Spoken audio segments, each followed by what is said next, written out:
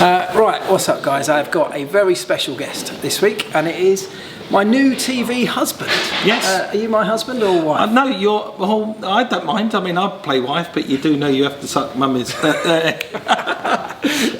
like being your TV husband. It's good. So Mike Brewer, of course, legend of the Wheeler Dealers franchise. I guess I know many of you have been watching the show, the Wheeler Dealers show, forever, because when I said that I was taking part in this Wheeler Dealers spin-off, so many of you got in touch and I love that show. It's great. So really pleased about that. So I want to have a quick chat, really, Mike, about first of all a quick overview of your history on the show, because I mean you started off as literally a car trader, didn't you? Yeah. So I started off when I was like 15 years of age. I bought and sold cars ever since I was 15. My dad was a famous car customizer. Yeah. That got me into cars. By the time I was 15, I bought my first car, a little Mini. My sister's neighbour wrecked it when I was 17. She reversed into it. I repaired it with my dad, and then I sold it for more money than I bought it for. And I thought, oh, I'm quite good at that. That So just ignited the spark. It just, yeah, and it was actually good money. You know, I paid £300 for it. I sold it for £800. Back then, that was a lot of money. Yeah.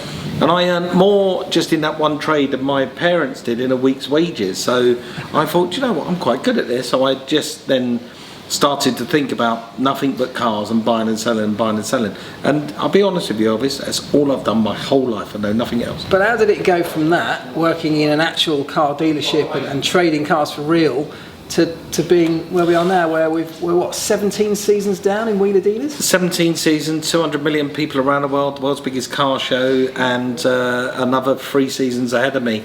And this, you know, working with you on this series as well, yeah, it's incredible. It's been an incredible journey. It started in 1997 when I did a show on Channel 4 called Deals and Wheels. Yeah. They were looking to follow a car dealer around. I didn't want to show them that I was a car dealer and, you know, portray me in a bad light, but they decided that they liked me so much they just wanted me to be the presenter of the show. Yeah. And over the time that I made that show, I started to show the audience how to buy a car, restore a car, and then flip it for a profit. And then that element of the show sort of grew into what become Wheeler Dealers. In 2002, we started to talk about Wheeler Dealers. 2003, long time ago now. It's an amazing we made story. It. It's an incredible success story to be going, and as you just said, the biggest car show in the world. Yes, and 17 years. People don't realise that, because you think of, you know, your Top Gears, don't you? But the audience that Discovery has globally is massive. Just huge. It's gigantic. Yeah, this show is huge wherever it plays. I make the show in North America, and it's the biggest show on their network in North America. It's the biggest show in the UK on the network here in the UK, but also in Turkey, in Poland, in Italy, in Australia. It plays out in every territory around the world. South America, it's huge. And yeah, wherever I go in the world, people recognise me from Wheeler Dealers. It's incredible. It's going to wrap to you. Well, I'm really excited. We'll get on to what we're doing, because we're actually sat now here inside the Wheeler Dealers Dream Car Workshop, and I'll give you a very quick quick look around in a moment. But let's just, because everybody here is a Formula One fan, so let's talk quickly about Formula One. Amazing British Grand Prix at the weekend. You watched incredible. It. Incredible. I don't miss the Grand Prix. I always find time wherever I am in the world to just stop. You know, for that 2 hours, so I can just watch the Grand Prix. Clearly, I cheer on the British Hope. I love Lewis. I met Lewis when he was 10. Got me to sign his little book at the Autosports Awards when he was 10 years of age, and I got to, you know, meet him back then, and then I got to meet him several times since. And I just think he's incredible. He's an incredible role model for young kids in Britain and what they can achieve if they really put their mind to it. So I've always been a fan of his and Jensen's. He's become a friend of mine. But over the years, you know, Formula One and me have had a little bit of history. So I've driven Formula One cars. Oh, you told me this. I mean, tell me more. Which cars? Well, I drove, the very first car I drove was Damon Hill's Arrows. Do you remember that? Yeah. And it broke down. Not me. Lost hydraulic fluid in the gearbox. It was a Magny-Car on the Formula One circuit. That sounds like a proper racing driver. No racing driver will ever take responsibility for a car. It wasn't me. It was the car. It was the car, honest governor. And then when that car broke down, they put me in, Michael Schumacher's race-winning Benetton. That is a special moment. That was a special moment. I did 24 laps at Magny-Car. I set the fastest time of the day. I did it all on camera. It's all out there somewhere on a show I was making on Channel 4 called Driven. And consequently, from then, I got to meet Michael Schumacher. In fact, I interviewed him 4 times over the years. Yeah, which is, I mean, you've told me about this before, but we'll go over it. But I mean, what an amazing experience. I've met him, of course, many times as well, but he was always on the opposing team, so we never really had too much of interaction with each other. But you met him 4 times, and he remembered you each time, didn't he? Each time, yeah. So every time I interviewed him, I'm convinced still to this day, and I've met a lot of Formula 1 drivers, and I've been to many Formula 1 races all over the world, and they know me, because of my show. They know me, so it gives me a little way into talking to them. But with Michael Schumacher, I'm convinced he had a little earpiece and somebody talking in his ear, because he not only remembered me each time I interviewed him, which would be a year or maybe 2 years apart. He would say, "Hello Mike, how are you?" Yeah. He would also say to the cameraman, "Hello Neil, how are you?" He would say to the sound recordist, "Hello Rob, how are you?" To the director, "Hello Rooney, how are you?" He knew people's names, and he was so slick and professional at it. It was scary. Scary. And that, by the way, having worked with many Formula 1 drivers, is not normal. Because they don't have time. Most people don't have time to remember people and to take note of people's names. It's literally in and out, do the interview and go. That is impressive. And he was, when you interviewed him and when you got talking about racing, which is what a racing driver needs, he was absolutely fearless in what he was going to tell you. Yeah. He was the most determined man ever, and that manifested itself into sometimes cheating. Banging people off the track like Damon Hill and Jacques Villeneuve, and that sometimes manifested itself into that. But I think that was what made the man. It was that utter determination, ruthlessness to win, and you can see the likes of that today in Vettel, and definitely in Verstappen. Verstappen, as he's coming through, you can see Verstappen's got massive elbows, and he's like, "If you're not getting out of the way, I'm just going to bash you out of the way." True. And you can see that ruthlessness in those drivers, and I think that's what is the mark of a modern Formula 1 driver. And I totally agree. And I've worked with drivers who've been incredibly nice guys. I mean, so kind of polite and friendly, and they're lovely to be around in the garage. They're not winners, but they're not world champions. And the world champions, there are some of the world champions are nice guys, but they've got that ruthless edge to them. Yeah, they certainly have. And I like being around those kind of people, and I like to see how they operate and how they work. Not that I'm ruthless, I'm the opposite, I'm the nice guy. But there's a streak in there somewhere. No, never. I never raise my voice, never get angry. You've been working with me for months now. I turn up every day, tail in the air, wagging away. So, this is just a blessing to be doing this job in my life. And to be, to be privileged enough to get to experience things like a Formula 1 race. I've done Le Mans for several years, World Superbike Championships. I presented the TT on the Isle of Man for 4 years. I've got to do the British Rally Championship, World Rally Championship.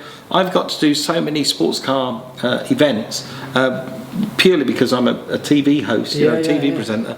And it's incredible where it leads. It really is. And I love sport. I love all that kind of sport, and that competitive nature, that competitive edge is what sort of tickles me. I love it. Okay, well, let's quickly round up the Formula 1 bit by saying who's coming through next then? Who do you think is going to be the next big thing? Because at the moment, Lewis utterly dominating the sport, has done for quite a while now, really. But he's getting to the end of his career. We've got some really bright stars coming through, the younger ones, haven't we? Who do you reckon stands out for you? I'd really like Lando Norris to just get a little bit more arsey in his interviews and not be so nice. I just need him to be just a little bit more narky and a little bit more rude and a little bit more self-assured, because I think he has the makings. He's dragged that McLaren up the grid, and he has.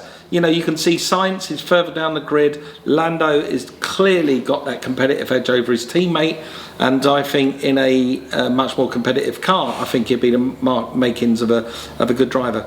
I'm already a massive fan of Charles Leclerc. I think he is the future of Formula 1.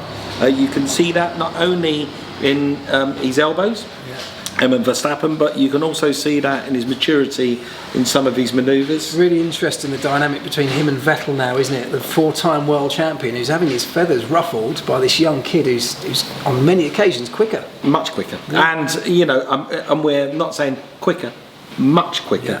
And I think, first time out in the car for Charles Leclerc this year. And what are we? We're halfway through the season, and already Vettel's.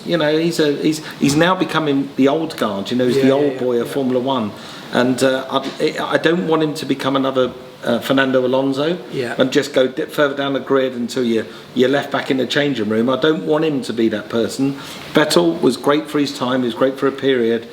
Either Vettel changes his mood next year and he comes out as the old Sebastian Vettel and wins, or he should walk away from it. I think there's a lot of people that would agree with you there. All right, let's quickly wrap it up by talking about our new show, because I am very excited about this. It's been so much. We're about halfway through filming now, aren't we? Yep, halfway through. And it's been so much fun. So let's tell people what it is, because I've briefly explained it. It's a spin-off to the main Wheeler Dealers franchise, but it's a very different show, isn't it? It is a very different show. Wheeler Dealers throughout the years has always been about me and us and me and my mechanic, whether it was Ed or Ant, and it's been about us buying a car, fixing it up and selling it for us to make a profit. Yeah. Over the years I've had some other shows where I've showed people how I have taken a couple of grand and I've traded my way around the world and ended up with a Ferrari or a Porsche convertible for me. But actually we've given those cars away in competition.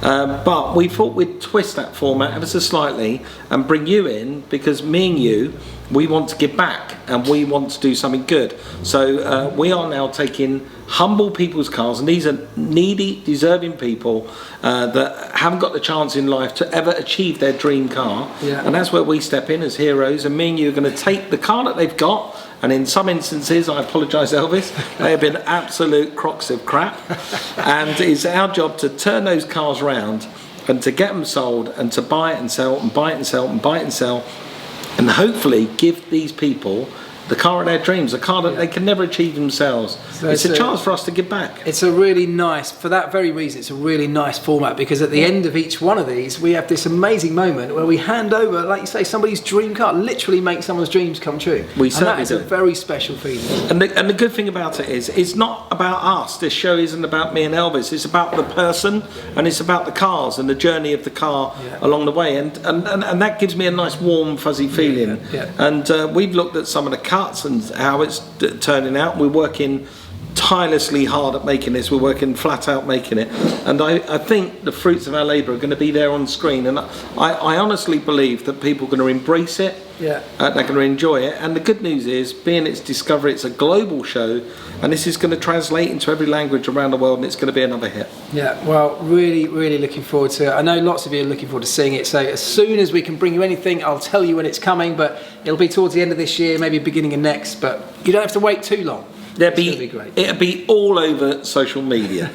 So if I've not posted it on mine, or you're not following me or Elvis, then it'd be a shame for you to miss it. We have worked our heart and souls into making this the best we can, and to give these people what they really deserve. And it's been such fun to do, and it's been an absolute pleasure working with Elvis. It's just been a joy.